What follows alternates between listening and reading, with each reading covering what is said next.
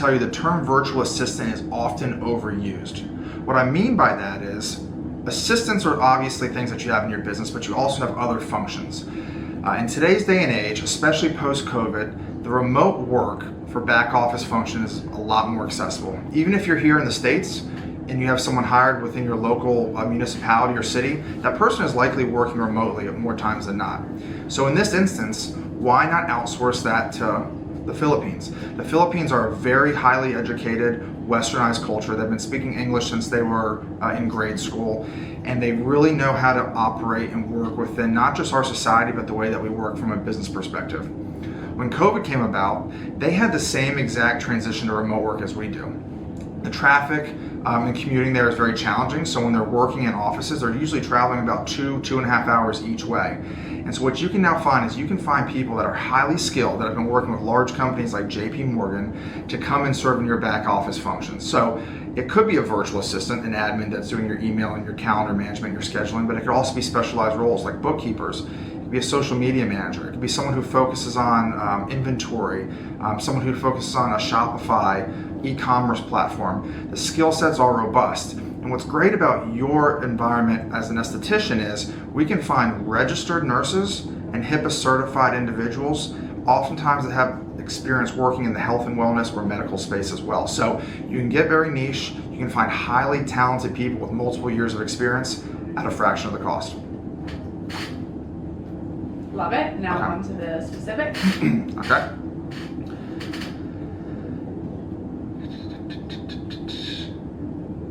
Now, if I were to, no, I should ignore the fact that I'm referencing my notes here, right? I shouldn't call that out. Doesn't matter. Okay. So within, I shouldn't say you told me that. Within a medical or an aesthetics practice. Within the medical field and the aesthetics practices specifically, there's a lot of very specific things that virtual assistants and the global talent pool can take off your plate. Specifically within CheekMD and how you guys are set up, there's a lot of things that you need to be doing with your customers to make sure that you're successful. So building the cart, what products and services do you need to have in there? You go and you talk to a customer or a patient, and you have a specific service. There's follow-on services that need to take place. Building that cart is really important. Having customer touch points, reaching out to the customers ahead of time to make sure that their service is, I gotta start that one over there. All right. Within the aesthetic space, there's a lot of very specific things that a virtual assistant can do for you. And then even more specifically within the CheekMD ecosystem. The first thing is building a cart. So you can focus on working with your patients and your clients and talking to them and consulting with them on what they really need. So in real time, you can go out there and have your virtual assistant building a cart for you so that you can quickly and efficiently send that over to your patients and clients. What is that going to do? It's going to allow you to focus on this person without worrying about having to go in and doing the manual effort of building your cart, but it's also going to increase your chance of upselling that individual because you're going to be present, that cart's going to get sent over to them very quickly, and it'll be right in front of them while it's top of mind. Customer touch points, also extremely important. Obviously doing follow-up and add-on services, but scheduling appointments. There's doing the research on the patient that you're meeting with the next day as well. Understanding what it is that they're interested in, what's going on in their life. So you have a connection point. So you have a better opportunity to build a relationship with them, have them come back, provide you referrals, and upsell them at the end. Posting about products and services online. Everyone finds out about businesses these days on social media, email campaigns. It's all important and very much in the aesthetic space. So having someone who understands the social media, who can take what you're doing and put it out there to the masses, who can engage with your customer base, create reels and content for you, helping your brand grow and getting your business out there. Follow-up is so important. When you go and you speak with a patient and you service with them, everyone wants to follow up on that, right? There's going to be upsell opportunities. There's going to be just a recap of the services that you provided. Having that follow-up is important, and you can do it much more seamlessly and quickly if you've got someone behind the scenes doing it for you while you were focusing on them. Scheduling. You guys are busy, right? Many of you have multiple appointments going on every single day. People cancel, people postpone. You've got to slide someone in last minute. Having someone there who has scheduling experience is so important, so you can again focus on your day and have someone else handling that kind of more mundane activity. The notes and reminders are so important as well. When you're in this space, everyone wants to make sure they understand exactly what they had happen because it's in the medical field. So keeping those detailed notes within both your CRM and your medical records can be very important. Imagine leaving an appointment and being able to send a voice memo to someone while it's fresh in your mind and they're documenting that for you, having you then review it at the end of the day as opposed to going in and having to start from scratch. Reminders are so important, right?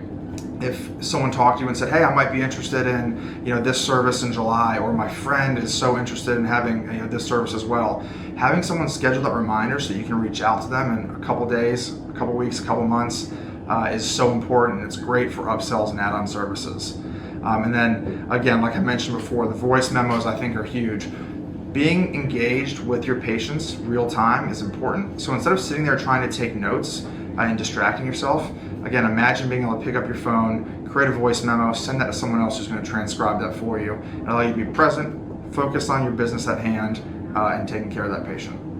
Also say something about if creating content is a big part of your thing, you can just keep the camera rolling. It can be 5 minutes of content, you send it to your VA, and they can chop it down into stories and reels.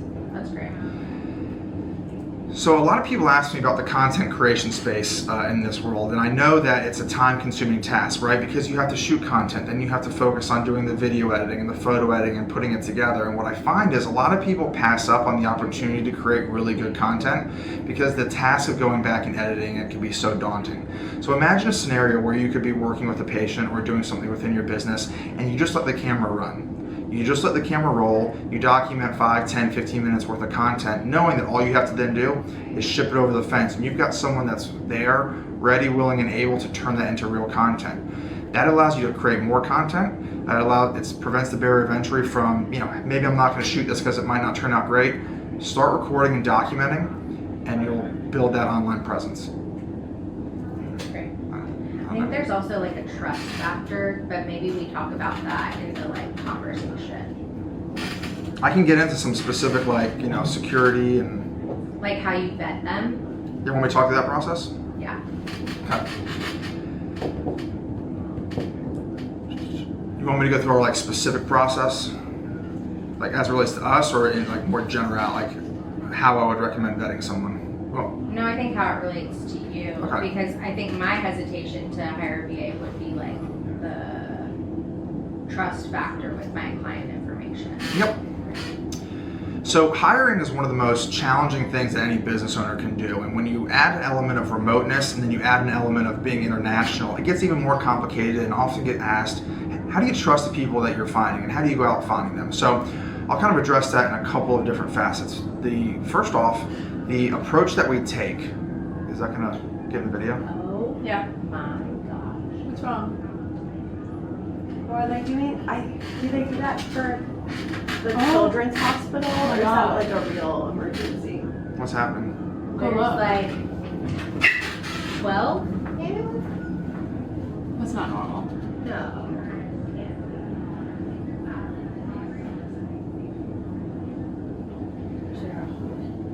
There's all. How do we look up that name? Karina on Twitter? Oh, I'm already on it. I have the Ring Doorbell Neighbors app. I have Nextdoor. Am I centered I have again? Facebook groups. Should we fucking? No, it's fine. We can keep going. It's quiet. Let's stop it. It's up for the silence. So hiring is one of the most challenging things that any business owner can do. When you add an element of being remote and then you add an element of being international, it becomes that much more complicated. That's why having a really strong process of vetting your candidates is important. And I'll address it in kind of 2 facets. One, the actual process of finding someone who's a qualified candidate, and then talking about the security component of it as well. So first off, we have a very thorough vetting process. When we do a job posting, we receive anywhere between 250 and 50 applicants, depending on the specificity of the role. Off the bat, we have a very binary aptitude test that we do on communication, problem solving, and critical thinking. You either pass that test or you don't. The next phase of that is we actually go through an interview process with the people who have the strongest applications. When they pass that, we put them through a second round. That second round looks like one of our senior level leaders doing a 5 to 10 minute interview, and I personally will actually screen every single one of those interviews to make sure that a US based business owner has put their eyes on this candidate. Now, it doesn't stop there. Especially in the creative roles, we get as much information about these people as possible. We have a resume that outlines their entire work experience that we provide our clients that we're working with. We also have a portfolio of sample work. So if you're looking for someone in the content creation space, we have the example videos they've done, the content plans, and everything they've done. I will then facilitate interviews one-on-one with you and the applicant, asking critical questions, diving into their skill sets, understanding the job description that we put together for your role to make sure that they're the right fit for you. Now, where I think the rubber meets the road that a lot of people don't do is, once you found the person that you like, that you think is a good fit for your role, we actually put them through a project-based aptitude test. We find something that they are going to be doing within your organization, and we actually have them perform that task. That allows you to figure out if this person is actually suitable for the role and can they do it or not. Lastly, and I'll quickly hit on security. Background checks can be taken place. We do time tracking systems, so we can tell when someone's clocked in and clocked out. When they're clocked in, we can monitor their browsing history. And then I always tell people nothing beats a good old-fashioned audit, whether it's someone that's local hire or international hire. Ask questions about the work they're doing. Dive in, even if you know the answer. Make sure people know that you're keeping them accountable on a day-to-day basis, and they will provide that level of accountability to you. More specific, better. It's more specific to the esthetician, better. Yep. Like give it like you're giving them advice. Yeah. One of the most important things when hiring someone is making sure you understand the person that you're actually looking to hire. So what we do is we work with the client, and I wish that word was so much easier to say, esthetician.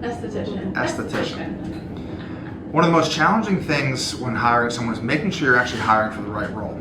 So when we're working with clients or estheticians, we really try and dive in to help them understand what they need. Oftentimes people have an understanding of one thing that they need, and it really turns out to be something completely different. So we will sit down with you and we will put together a job description. Well, I will ask prodding questions from working with many people in this space to make sure we fully understand what it is that you're looking for from a skill set perspective, to make sure we understand what you're looking for from a tools perspective. Are you using Monday.com? Are you using Asana, Slack?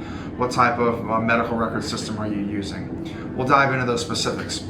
And then where a lot of people miss is focusing on the importance of a cultural fit.